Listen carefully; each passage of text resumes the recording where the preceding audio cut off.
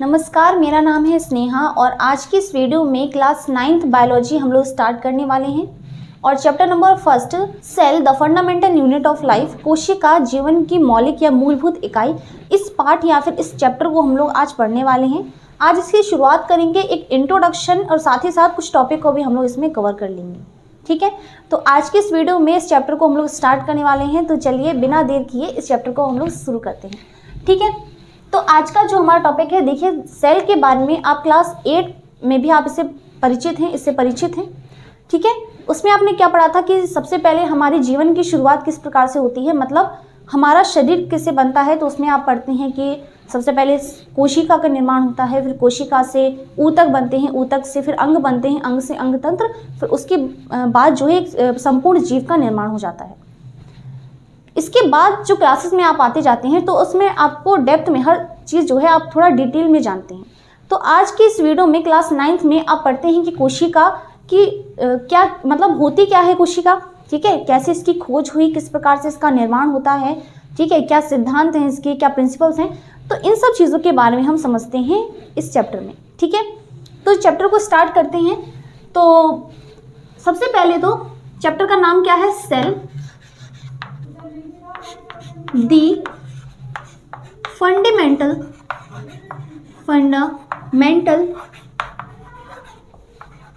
Unit of life. ठीक है, हिंदी में भी लिख देते हैं कोशिका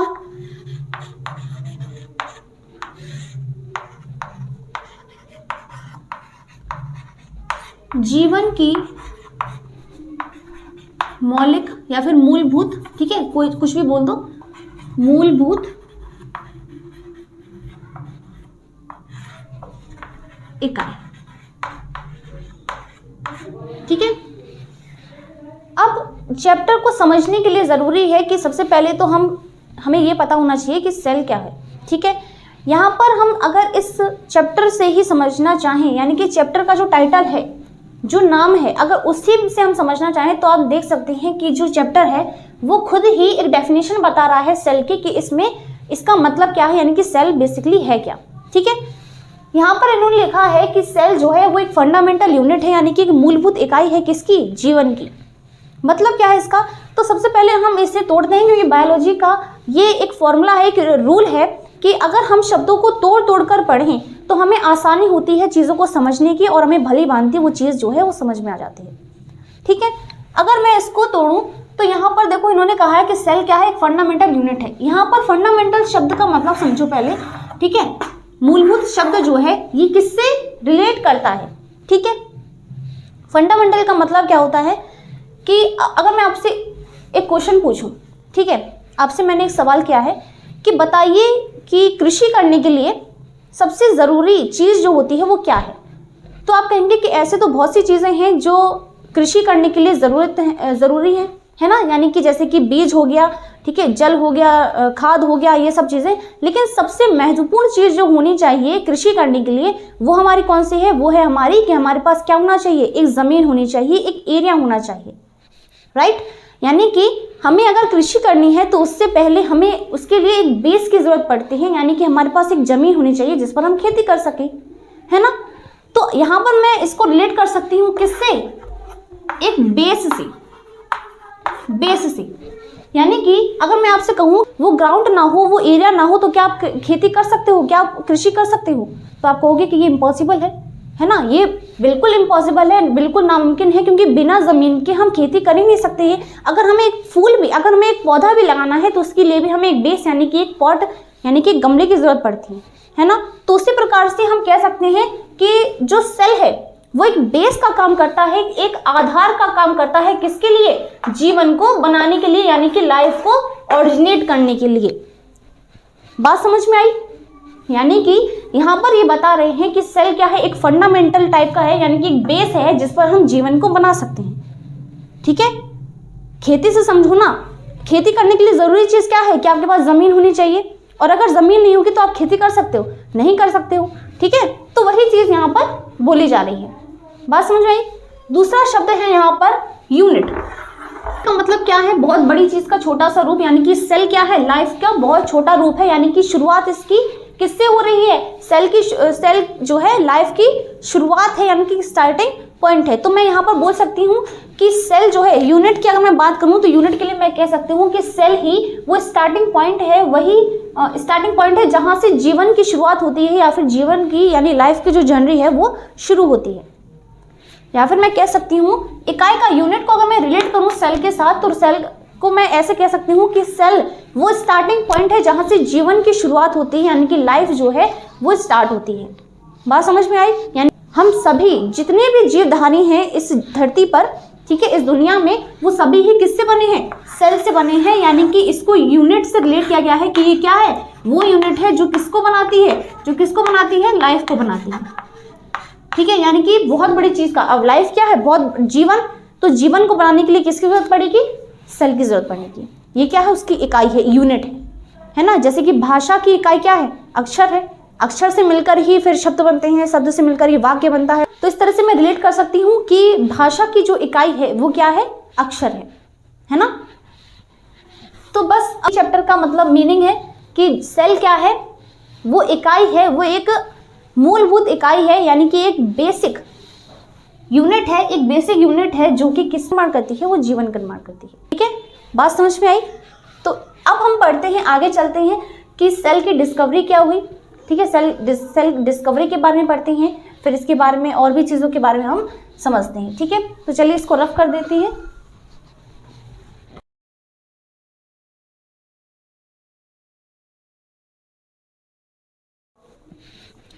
अब हमारी बात है अब हमें बात करनी है डिस्कवरी ऑफ सेल, यानी कि कोशिका की खोज कब और किसने की। ठीक है, अब हमें पढ़ना है डिस्कवरी ऑफ सेल, कोशिका की खोज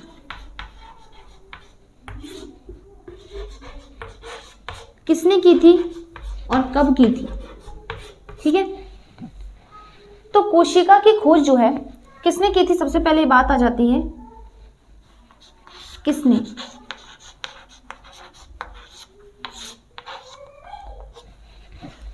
एक वैज्ञानिक थे, कहाँ के, ये ब्रिटिश के थे, ब्रिटिश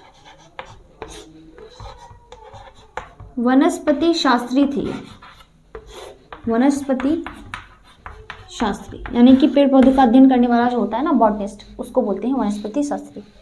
ठीक है, तो ब्रिटिश वनस्पति शास्त्री थे जिनका नाम क्या था, रॉबर्ट हुक।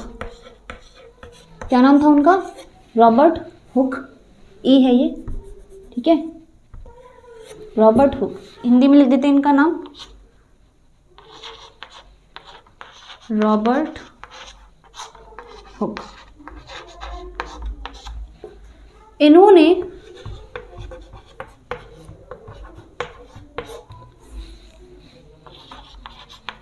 सन 1665 में अपने प्रयोग द्वारा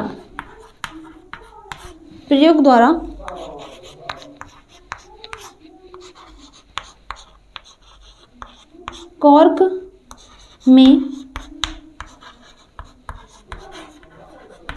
कोशिकाओं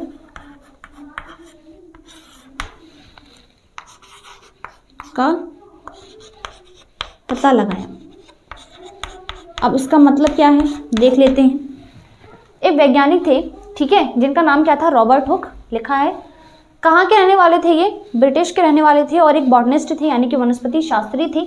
1665 में इन्होंने एक प्रयोग किया, और प्रयोग का मतलब है कि इन्होंने ऐसे रैंडमली, इनका ये पर्पस नहीं था कि इन्हें सेल को यानी कोशिका को खोजना है, इन्होंने रैंडमली ही एक माइक्रोस्कोप बनाया था, यानी इन्होंने अपने खुद के बनाए माइक्रोस्कोप में सेल की डिस्कवरी की। कैसे की, रॉबर्ट हुक ने जो अपना प्रयोग किया था, उस प्रयोग में उन्होंने किया क्या, पेड़ की छाल जो होती है, ये पेड़ है, ठीक है, और ये जो सॉलिड पार्ट होता है यहाँ पर, इसी को छाल बोलते हैं, छाल, यानी कि इंग्लिश में इसको बार्क बोलते हैं। रॉबर्ट हुक ने इसी बार्क से क्या प्राप्त किया? कॉर्क। इन्होंने इस कॉर्क की पतली सी भित्ति, या फिर हम बोल सकते हैं कि इन्होंने उसकी सेक्शन कटिंग की, और सेक्शन कटिंग में का जब उन्होंने अपने खुद से बनाए सूक्ष्मदर्शी में, खुद से बनाए माइक्रोस्कोप में जब उन्होंने उसका अवलोकन किया तो उन्हें कुछ ऐसी स्ट्रक्चर उसमें दिखी। उन्हें जो स्ट्रक्चर दिखी वो कुछ ऐसी थी।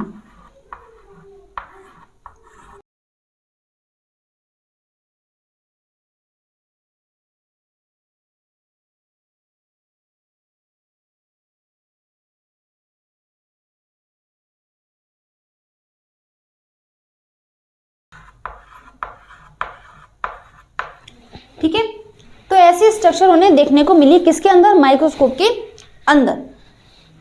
तो उन्होंने ये कहा कि ये क्या है? उन्होंने इसको बोला कि ये क्या है? सेल है। ये क्या है? सेल है। जब उन्होंने ये स्ट्रक्चर उन्होंने किस में दिखी? माइक्रोस्कोप में दिखी। ठीक है, खुद से उन्होंने जो माइक्रोस्कोप बनाया था उसमें जब उन्होंने उस कॉर्क का अवलोकन किया, ये क्या है? कॉर्क है। ठीक है, क्या है ये? कॉर्क है। कॉर्क, इसकी क्या है? सेक्शन कटिंग है। Section cutting. इसको जब उन्होंने माइक्रोस्कोप में एब्जॉर्ब किया तो उन्हें कुछ ऐसी स्ट्रक्चर उन्हें देखने को मिली। ठीक है, रॉबर्ट हुक को इन्होंने कहा कि ऐसी स्ट्रक्चर तो किसी से सिमिलर है, किसी से मिलती जुलती है। तो उन्होंने कहा कि ये बिल्कुल स्ट्रक्चर जो है आपको भी दिख रही होगी कि मधुमक्खी के छत्ते से बहुत ज़्यादा समानता रखती है ना। यानी कि इसकी जो स्ट्रक्चर है वो कैसी दिख रही है? मधुमक्खी के छत्ते जैसी। मधुमक्खी के छत्ते जैसी ये संरचना उन्हें देखने को मिली।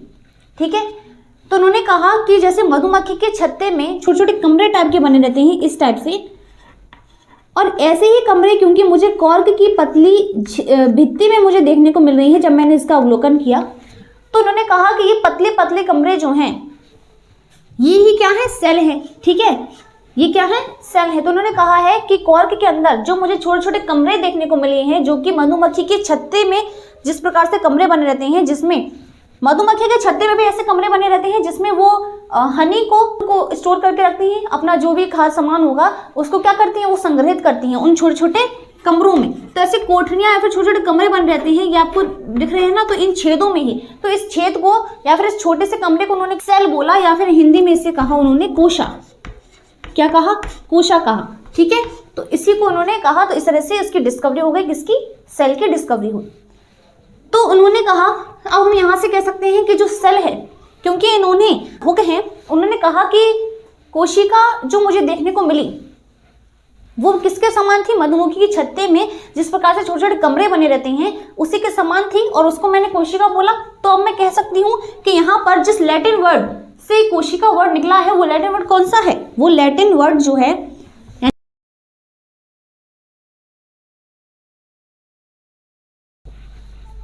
तो अब इसके आगे हम क्या लिखेंगे कि देखो, अब यहाँ पर हमें देखने को मिला है कि जो रॉबर्ट हुक थे उन्हें जो कॉर्क की भित्ति में या फिर कॉर्क का सेक्शन कटिंग में जो भी स्ट्रक्चर उन्हें देखने को मिले, जो भी संरचना उन्हें देखने को मिली, वो किसके सिमिलर थी? वो मधुमक्खी के छत्ते में छोटे छोटे कोठरियां बनी रहती हैं, छोटे छोटे कमरे बने होते हैं, उसके समान थी। और इसीलिए रॉबर्ट हुक ने उसे क्या कहा कि ये कोशिका है जो कि किसके समान है? छोटे छोटे कमरों के समान है। ठीक है, तो यहाँ पर हम कह सकते हैं कि कोशिका शब्द,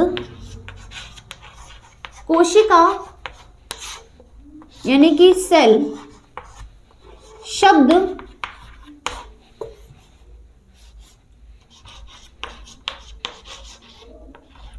लैटिन भाषा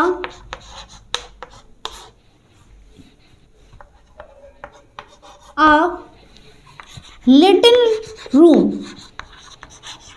रूम या सूक्ष्म कक्ष से बना है। ठीक है, क्योंकि वो छोटे छोटे कमरे थे ना, तो इसी वजह से हम कह सकते हैं कि जो कोशिका शब्द है, क्योंकि उन्होंने उस छोटे छोटे कमरे को ही क्या बोला था? रॉबर्ट हुक ने सेल बोला था। तो जो सेल यानी कोशिका शब्द है वो किससे बना है? अ लिटिल रूम लैटिन शब्द से बना है, एक सूक्ष्म कक्ष से बना है, इस शब्द से वो बना है। ठीक है, तो आई होप समझ में आ रहा होगा। अब सबसे बड़ी दिक्कत ये आती है कि रॉबर्ट हुक ने जिस कोशिका की खोज की, या फिर कॉर्क में जिस कोशिका को उन्होंने पता लगाया, क्योंकि जो माइक्रोस्कोप उन्होंने खुद बनाया था वो इतना ज़्यादा एडवांस नहीं था, क्योंकि बहुत पहले उन्होंने इसके बारे में पता किया था। ठीक है, जब जीवित कोशिकाओं के खोज के बारे में जब बात आती है तो हमें नाम याद आता है ल्यूवेनहॉक का। किनका? ल्यूवेनहॉक का।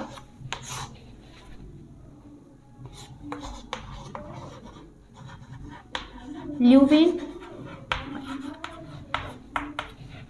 जिन्हें इनको फादर ऑफ माइक्रोबायोलॉजी,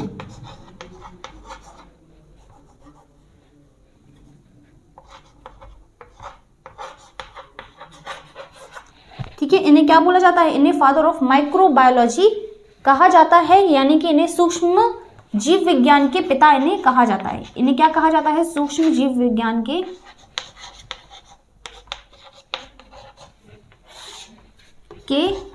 पिता या जनक। ठीक है, पिता अथवा जनक। इन्होंने क्या किया? इन्होंने 1674 में, कब? 1674 में तालाब के पानी में, तालाब के पानी में मुक्त जीवित कोशिकाओं का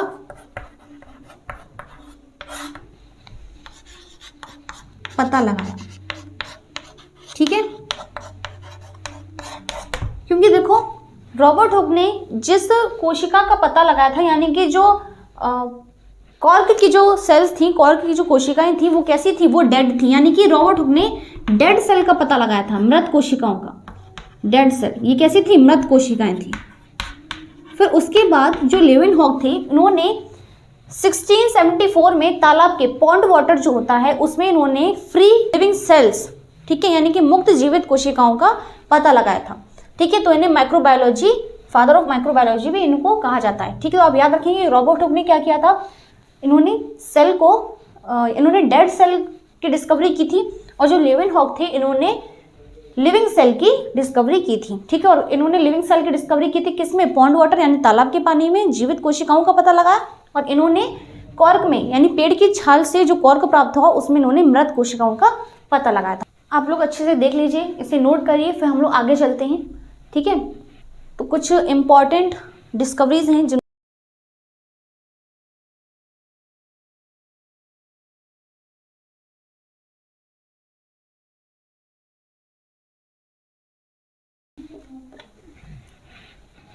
तो कुछ मुख्य रूप से कुछ ऐसी खोजें भी हैं जिनके बारे में हमें पता होना चाहिए। ठीक है, और एनसीईआरटी में मेंशन भी है वो। तो सबसे पहले तो बात आती है रॉबर्ट हुक की। तो यहाँ पर इंपॉर्टेंट जो है उनके बारे में लिख देते हैं, रॉबर्ट हुक, हिंदी में लिख देते हैं। ठीक है, हिंदी में रॉबर्ट हुक ने क्या किया था? रॉबर्ट हुक ने 1665 में मृत कोशिका की खोज की थी। ठीक है, तो यहाँ पर वैज्ञानिक हैं, ये वैज्ञानिक है, ये वर्ष है, और ये खोज, जिस चीज़ की खोज की थी उन्होंने, ये खोज करता है। रॉबर्ट हुक ने क्या किया था? 1665 में मृत कोशिका किसमें? कॉर्क के अंदर, कॉर्क में, है ना, मृत कोशिका का पता लगाया था। इसके बाद कौन आया था? इसके बाद सेकंड हमारे हैं ल्यूवेनहॉक। ल्यूवेनहॉक ने 1674 में इन्होंने जीवित कोशिका का पता लगाया, जीवित कोशिका की खोज की। किसके अंदर? तालाब के अंदर। ठीक है,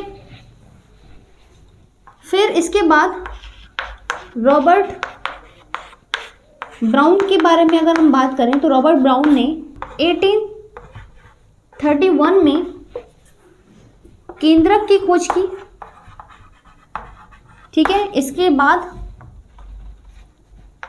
पुरकिंजे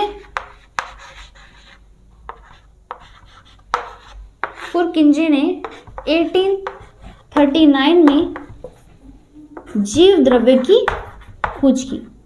ठीक है, इन सभी के बारे में हम पढ़ेंगे, तो आप अभी तक बस इतना जान लीजिए कि किसने किसकी खोज की थी। ठीक है, फिर हम लोग इन डिटेल इन सब चीज़ों के बारे में डिस्कस करेंगे जो टॉपिक जो हैं आपकी क्लास 9th में दिए गए हैं इन दिस चैप्टर।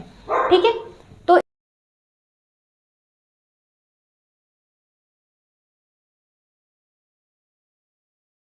सेल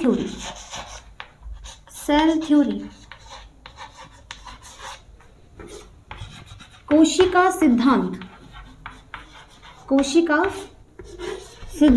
क्या कहता है हमारा कोशिका सिद्धांत? इसके अनुसार सबसे पहले जो बात है, ये किसने दिया था? सबसे पहली चीज तो ये है किसने दिया था, उसके बारे में हम बाद में बात करेंगे। तो सबसे पहले सेल थ्योरी हमारी कहती है जीवन की मूलभूत इकाई क्या है? कोशिका है। ठीक है, क्या है? कोशिका है। इसमें कहा गया कि जीवन की मूलभूत इकाई जो है वो कोशिका है, जिसके बारे में हम लोग इस चैप्टर की शुरुआत करने पर ही समझ चुके हैं। ठीक है, जीवन की शुरुआत किससे हुई है? कोशिका से हुई है। और ये क्या है? ये बेसिक यूनिट है किसकी? जीवन की, यानी कि लाइफ की। ठीक है, तो जीवन की अगर हमें शुरुआत करनी है तो हमें किसकी जरूरत पड़ेगी? हमें सेल की जरूरत पड़ेगी। यानी कि हम अगर बात करें कि हमारा निर्माण कैसे होता है, ठीक है, अगर हम कहें कि हमारा निर्माण कैसे होता है, तो मेरा निर्माण जो है वो किससे होगा? वो सेल से होगा। यानी कि सबसे पहले सेल होगा, फिर उसमें डिवीजन हुआ होगा, है ना। तो डिवीजन से होकर के फिर हमारी सारी संरचना जो है उसका निर्माण होता है। इसका मतलब ये है, इसमें आपको आपने एग्जाम्पल भी पढ़ा होगा, पहले भी पढ़ चुके होंगे इस एग्जाम्पल के बारे में, कि एक घर बनाने के लिए किसकी ज़रूरत होती है? अगर हमें एक घर बनाना है तो हमें उसके लिए किस चीज़ की ज़रूरत पड़ेगी? क्योंकि कोशिका जो है जीवन की मूलभूत इकाई के साथ साथ इन्होंने कहा है कि ये मूलभूत के साथ साथ ये एक संरचनात्मक, यानी कि स्ट्रक्चरल,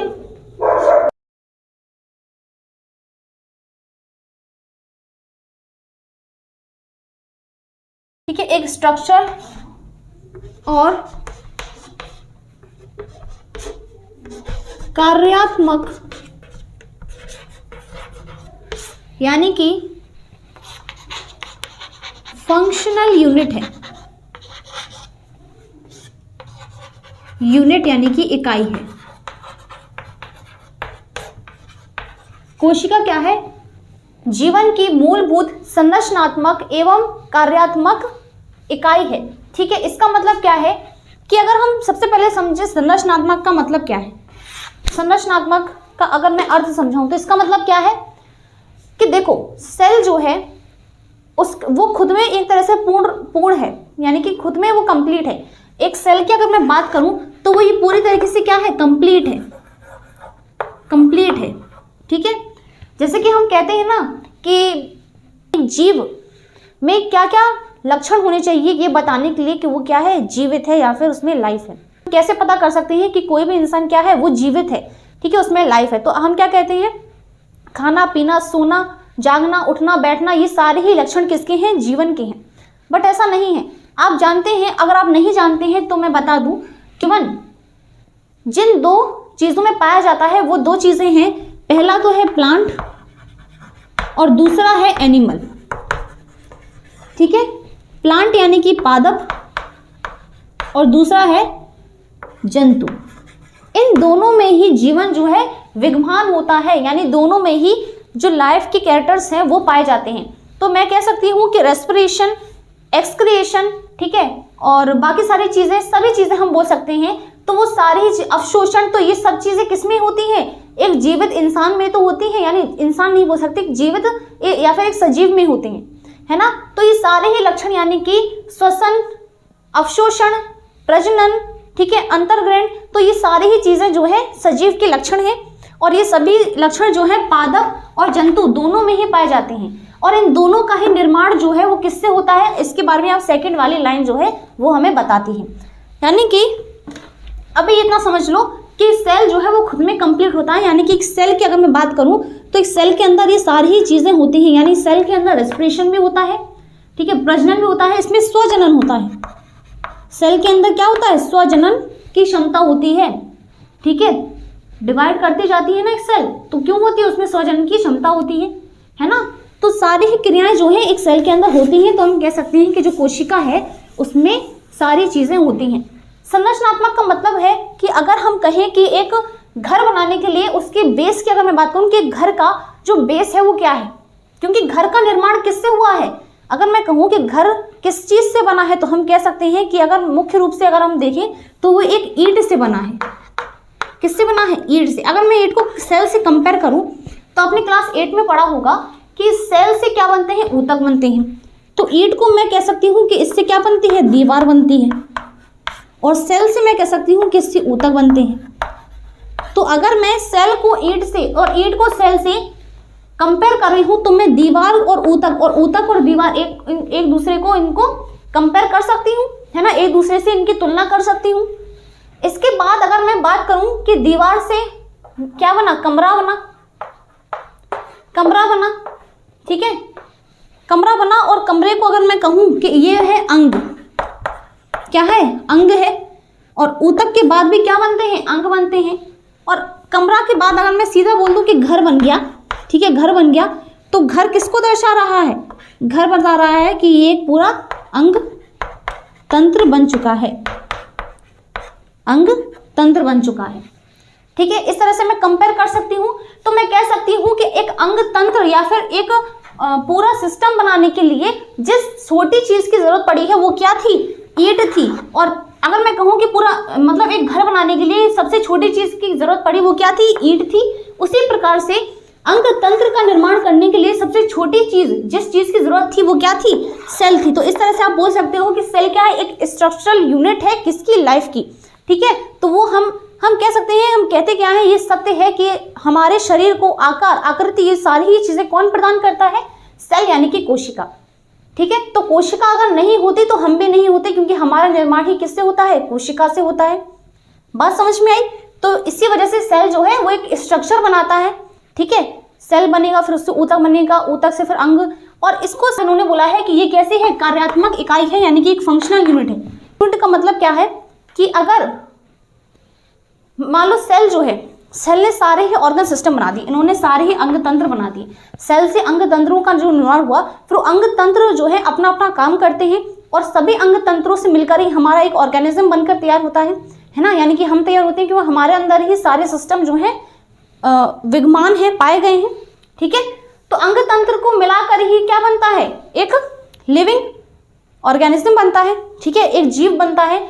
तो कह सकते हैं हम कि ये जो संरचनाएं बन रही हैं वो जब मिल करके कार्य करती हैं तो उसे हम कहते हैं कि सेल क्या है? एक कार्यात्मक इकाई है। क्योंकि फंक्शनल यूनिट इसको क्यों बोला गया? क्योंकि सेल संरचना भी बन चुकी है और फंक्शंस भी हो रहे हैं, यानी अवशोषण हो रहा है, पाचन हो रहा है, ग्रहण हो रहा है, अंतर्ग्रहण हो रहा है, ठीक है। तो ये सारी ही चीजें जो है एक फंक्शन हो रहा है, तो इसीलिए इनको बोला गया है कि हमारी सेल जो है वो एक फंक्शनल यूनिट का काम भी करती है, ठीक है। तो वो फंक्शनल यूनिट के साथ साथ, यानी स्ट्रक्चरल यूनिट के साथ साथ फंक्शनल यूनिट यानी कि संरचनात्मक इकाई के साथ साथ कार्यात्मक इकाई भी है। क्या है? कोशिका। इतना समझ में आया? अब चलते हैं नेक्स्ट पॉइंट। तो ये हमारा क्या था कि जीवन की मूलभूत इकाई क्या है? कोशिका है, और साथ ही साथ ही हमारी संरचनात्मक और कार्यात्मक इकाई है। दूसरा पॉइंट अब समझने में दिक्कत नहीं होगी, क्योंकि दूसरा हमारा पॉइंट जो है उसमें वनस्पति विज्ञान, वनस्पति वैज्ञानिक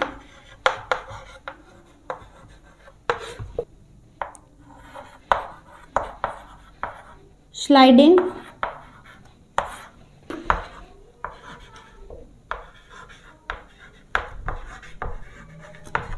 ने 1838 में बताया। तो एक वनस्पति शास्त्री थे, एक वनस्पति वैज्ञानिक थे जिनका नाम क्या था? श्लीडन था। और इन श्लीडन ने क्या बताया था? इन्होंने बताया कि समस्त, कब बताया था? 1838 में। समस्त पादपों की, ये वनस्पति यानी कि पेड़ पौधे, पादप, पादपों का शरीर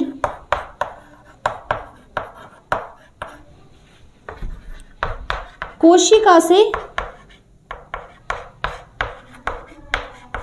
मिलकर बना होता है। ध्यान से समझिएगा इस चीज को, ठीक है। तो 1838 में जो वनस्पति वैज्ञानिक थे स्लाइडिंग, इन्होंने बताया कि सभी वनस्पति यानी सभी जो पादप होते हैं, सभी पेड़ पौधे जो होते हैं, वो किससे, सूक्ष्म इकाई से, यानी कि वो समस्त पादपों का शरीर जो है वो सूक्ष्म इकाई कोशिका से मिलकर बना होता है। इसके बाद 1839 में, ठीक है, इसके बाद 1839 में जंतु वैज्ञानिक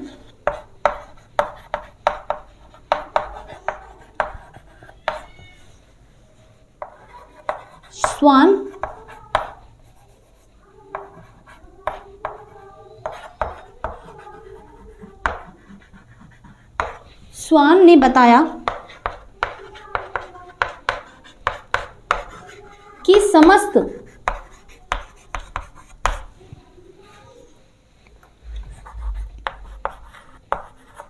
जंतुओं का शरीर भी कोशिका से बनता है। कोशिका से बनता है, ठीक है, दिख रहा है, ठीक है। तो देखो यहाँ पर सेल थ्योरी हमारी क्या कहती है, पहला पॉइंट मैंने समझा दिया था, ठीक है, अच्छी तरीके से, और दूसरे पॉइंट को समझाने के लिए भी मैंने पहले आपको काफ़ी सारी चीज़ें बता दी हैं। दूसरा पॉइंट हमारा ये कहता है कि 1838 में एक वनस्पति शास्त्री वैज्ञानिक थी, ठीक है, जिनका नाम क्या था, स्लाइडिन था। स्लाइडिन ने ये बताया कि समस्त पेड़ पौधे वनस्पति यानी कि समस्त पादप जो होते हैं वो एक सूक्ष्म इकाई से, जिसका नाम क्या है, कोशिका है, सूक्ष्म इकाई कोशिका से उनका शरीर बना रहता है, यानी कि सभी पादपों का शरीर जो है वो सूक्ष्म इकाई कोशिका से मिलकर बनता है। इसके बाद 1839 में एक वैज्ञानिक आए जिनका नाम क्या था, स्वान था। तो उन्होंने कहा कि पेड़ पौधे यानी पादप और जंतु दोनों ही सजीव की श्रेणी में आते हैं, तो इसका मतलब पादपों का शरीर अगर कोशिका से मिलकर बना है तो इसका मतलब क्या है कि स्वान ने कहा कि फिर जंतु का शरीर भी किससे मिलकर बना होना चाहिए, कोशिका से मिलकर बना होना चाहिए, है ना। तो इन्होंने कहा कि अगर पादपों का शरीर कोशिका से मिलकर बनता है तो इसका मतलब जंतु का शरीर भी किससे मिलकर बनता है, कोशिका से मिलकर बना होता है। और ये क्या थे, ये जंतु वैज्ञानिक थे, ठीक है। तो पादप वैज्ञानिक कौन थे, स्लाइडिन थे, तो उन्होंने पेड़ पौधों के बारे में बताया, और जंतु वैज्ञानिक कौन थे, स्वान थे, तो उन्होंने जंतु के बारे में बताया कि जंतु का शरीर किससे बनता है, कोशिका से बनता है, ठीक है। एक तीसरा पॉइंट और है, तो वर्चू के बारे में भी हम समझ लेते हैं। तो वर्चू जो आए थे उन्होंने क्या बताया, ठीक है, तो इसको आप नोट कर लीजिए। फिर एक लास्ट पॉइंट है तो उसे भी यहाँ पर हम मेंशन कर देते हैं ताकि सेल थ्योरी जो है टॉपिक कंप्लीट हो जाए।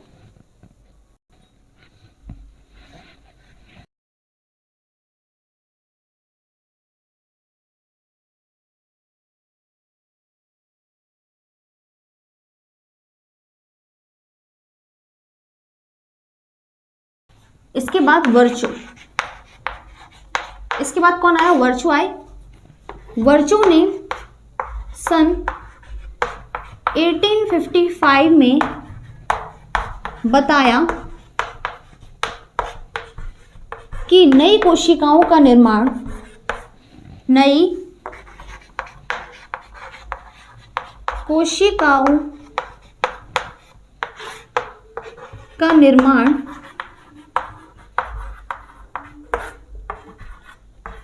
पूर्ववर्ती यानी कि पूर्ववर्ती कोशिकाओं, पूर्ववर्ती कोशिका मतलब प्री एग्जिस्टिंग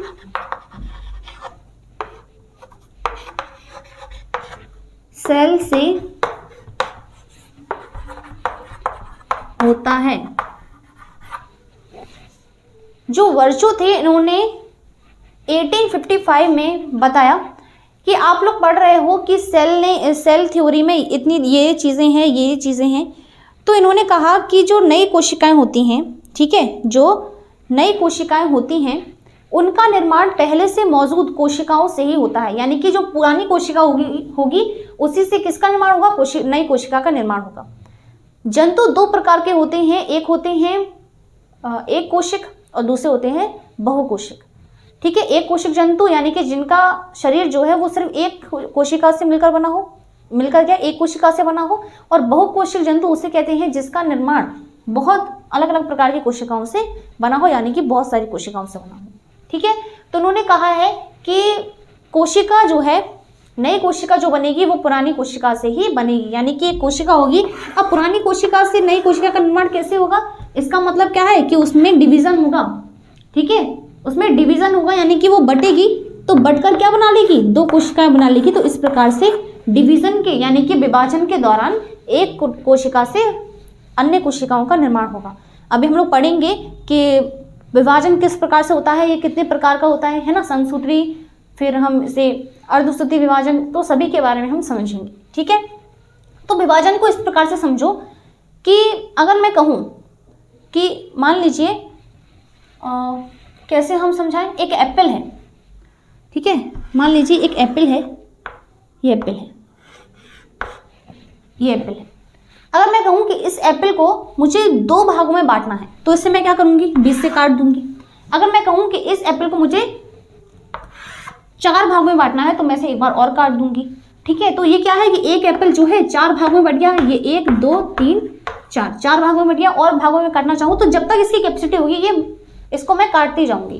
ठीक है, तो सेल जो है इसी प्रकार से डिवीजन करता है, डिवीजन करेगा वो और अन्य कोशिकाओं का निर्माण करेगा। तो जो अन्य कोशिका होगी वो नई कोशिका तो होगी। तो यही तो वर्चो ने बताया कि नई कोशिका का निर्माण कैसे होता है, ये न्यू सेल्स है जिनका निर्माण किससे हो रहा है, ओल्ड।